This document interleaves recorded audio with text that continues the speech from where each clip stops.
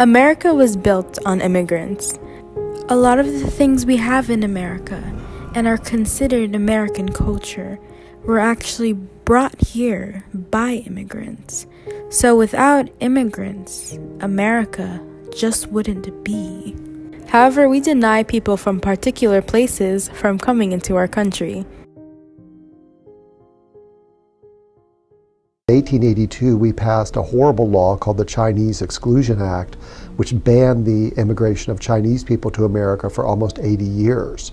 In 1924, we passed a bill called the National Origins Act, which set quotas that was designed specifically to exclude Italians and Jews. So the United States has a very mixed history when it comes to immigration.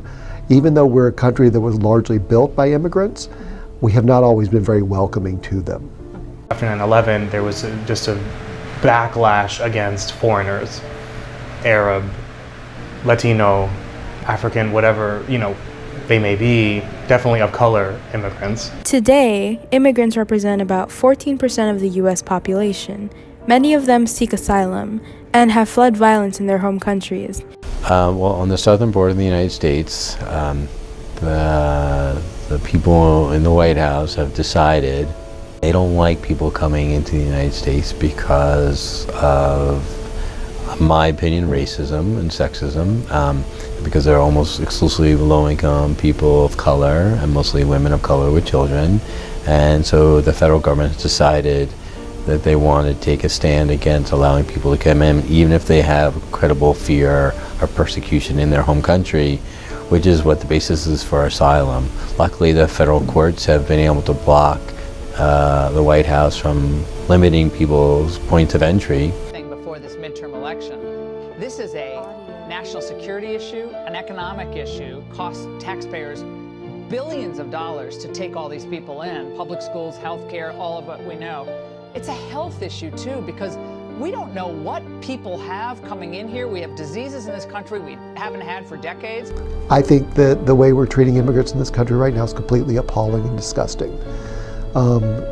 Many of us, such as myself, are the descendants of immigrants, and yet we're treating people who are trying to immigrate to this country today like they are some kind of toxic threat to our nation.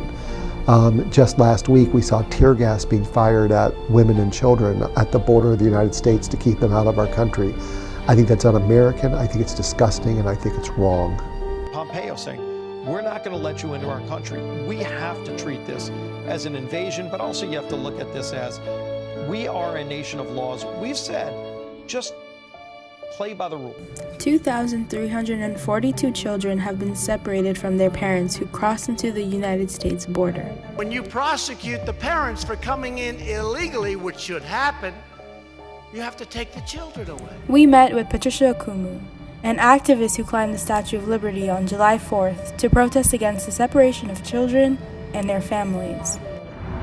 What we're seeing at the border, the so-called caravan, I say so-called because these people who are coming here are human beings. They are toddlers, children with their mom and dad, and families seeking a better life for themselves, just like our ancestors. They're not criminals. So to criminalize them is wrong. They are totally fine seeing brown kids and mothers tear gassed because they don't see them as human beings. Because their media outlets portray people with darker skin as less than human. When we came to LA and we were living here, every day of my life I knew that we were not supposed to be here, that we were not wanted here. And I experienced a lot of rejection, especially at my school and the community in which I lived. It was very difficult to know that at any given moment we could be deported and we could be separated again as a family. We met with the executive director of the Safe Passage Project, who provide immigrant children with lawyers when they face deportation.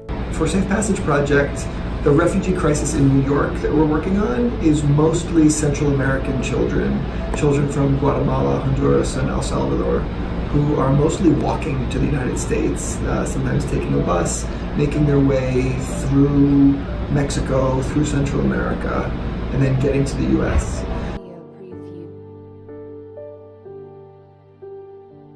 There is a middle ground of ensuring that our borders are safe and secure, but also staying true to our values as America, being a nation of immigrants and being a nation that welcomes people, and also maintaining the freedom, the dignities that we have as Americans. I think we need to open borders because migration is a natural phenomenon and no person is illegal on the stolen land.